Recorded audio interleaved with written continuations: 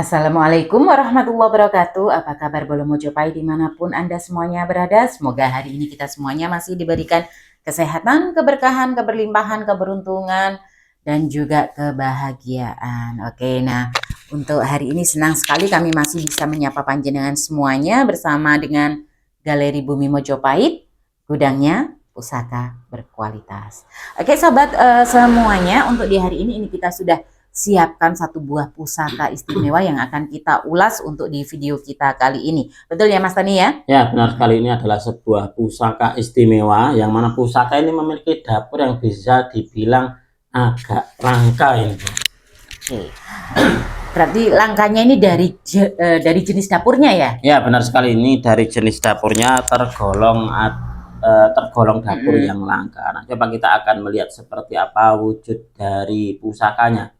Sebelum itu kita lihat dulu dari keindahan warangkanya. Nah, ini kalau kita melihat ini Bolo Mojopahit, untuk di warangkanya memakai warongko Branggah Jogja estimasi kayu telesium nginden, dipercantik dengan pendok belewah kemalu merah dan juga mendak selut merutu sewu bersepuh emas. Coba kita amati dulu, kita nikmati dulu dari keindahan warangkanya.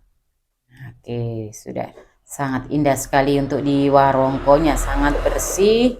Nah ini ya, dengan apa ya, perpaduan ditambah dengan pendok yang berwarna merah, nah menjadikannya terlihat semakin dinamis. Ini kalau kita melihat seperti ini, dia kesannya itu apa ya? Kesannya dia bersih, glowing dan juga glamor. Jadi sangat apa ya? Kalau kita lihat kalau dari pusaka-pusaka yang masih dalam keadaan kotor warangkanya itu kan dia kesannya mistis. Nah, kalau ini dia kesannya itu dia bersih, glowing dan juga nampak merbawani. Jadi sangat layak untuk dijadikan sebagai sebuah koleksi. Oke, nah sekarang coba kita akan buka sama-sama untuk melihat seperti apakah pusaka ini. Oke, ini dia untuk di pusakanya.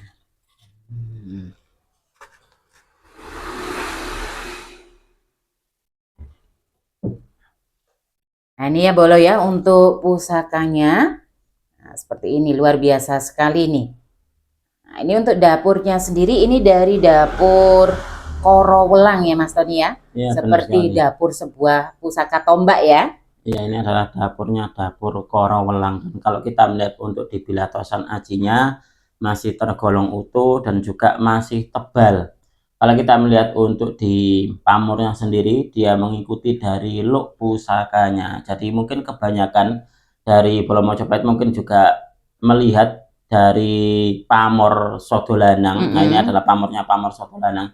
Itu kan mungkin kebanyakan ada di garis-garis lurus. Nah, tapi kalau untuk yang ini dia berada di garis look. Nah, ini looknya look 13, dapurnya dapur Korowelang.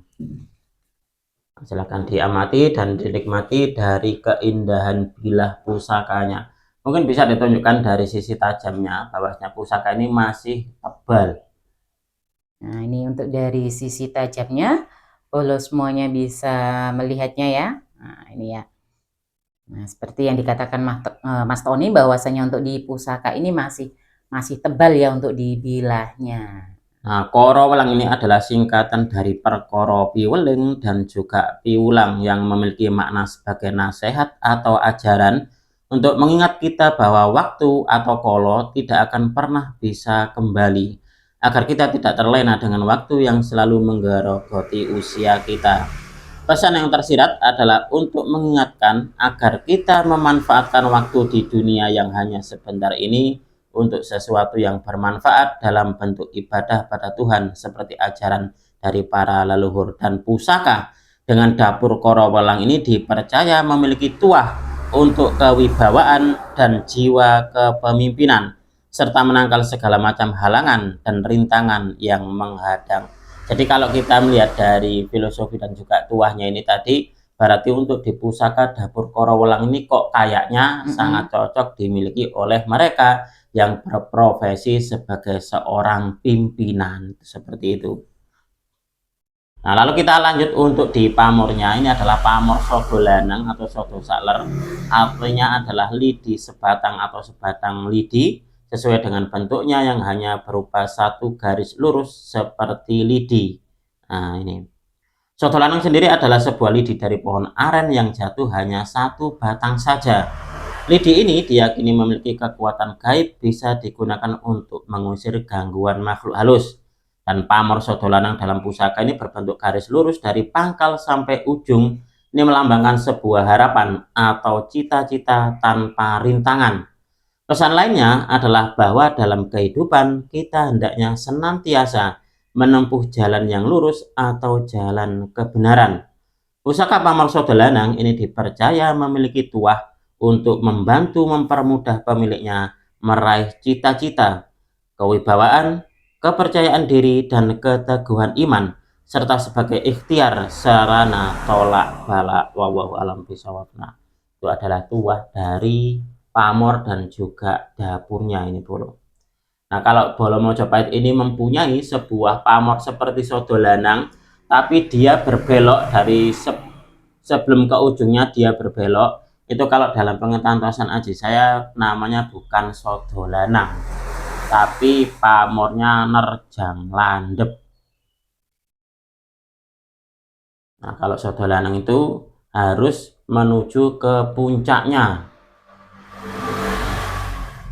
Bagus sekali untuk di pusakanya, apalagi kalau kita lihat di sini pamornya, pamor pada bilahnya dengan pamor yang ada pada gonjonya ini serasi sekali, sama-sama garis lurusnya. Kalau di dalam pamor gonjo itu namanya adalah pamor kendit mimang. Ini pusakanya bagus, tergolong langka, dan pamornya pun juga masih tergolong utuh itu, Bu. Pusakanya masih tergolong utuh, dan untuk di pamornya pun juga tergolong pamor yang utuh. Jadi dia tidak terputus sampai ke bagian ujung. Dan pamornya ini pun juga menuju ke puncak atau ke panitisnya, jadi ke ujungnya. Jadi dia tidak berbelok. Kan ada yang berbelok itu, dia seperti kayak sodo lanang tetapi nggak sampai puncak, dia sudah berbelok. Nah, itu kalau apa ya, boleh disimpulkan sebuah cita-cita yang tidak sampai tumus, tidak sampai ke tujuannya. Kalau saya ya? itu seperti itu, makanya dinamakan pamor nerjang landep. Oke, Jadi nah akhirnya ini pamor nerjang landep itu juga tidak baik, tidak bagus kalau dijadikan sebagai pusaka ageman. Beberapa waktu lalu saya pernah ditawari keris dengan pamor ya kayak sodo lanang, tapi dia tidak menyapai puncak, jadi dia berbelok. Ya otomatis ya tidak saya ambil. Ya, nah ini dari pusaka ini untuk dari dapurnya juga tergolong langka. Kemudian pamornya juga pamor yang bagus, bilahnya juga masih utuh dan tebal. Jadi sangat rekomendasi sekali untuk dijadikan sebagai koleksi pusaka. Ya apalagi sudah nyandang semuanya, jadi warangkanya juga sudah nyandang bagus. Nah, untuk di kesimpulannya mungkin pusaka ini dulu diperuntukkan bagi mereka yang ingin menggapai derajat kepemimpinan, agar apa yang dicita-citakan ini tercapai atau terwujud tanpa ada halangan yang berarti. Wallahu alam bishawab. Nah, ini kayaknya kalau di kontestasi pilihan lurah, pilihan kepala dusun, cocok ya? Kayaknya kok cocok ya. Dari tuah dapur dan juga pamornya. Nah, oke bola semuanya, untuk di video kita kali ini saya rasa cukup sampai di sini dulu. Apabila ada kekurangan dalam kami menyampaikan informasi ini, kami mohon maaf yang sebesar-besarnya. Sekian dulu dari kami, sampai ketemu di video yang selanjutnya. Wassalamualaikum warahmatullahi wabarakatuh. Rahayu, rahayu, rahayu.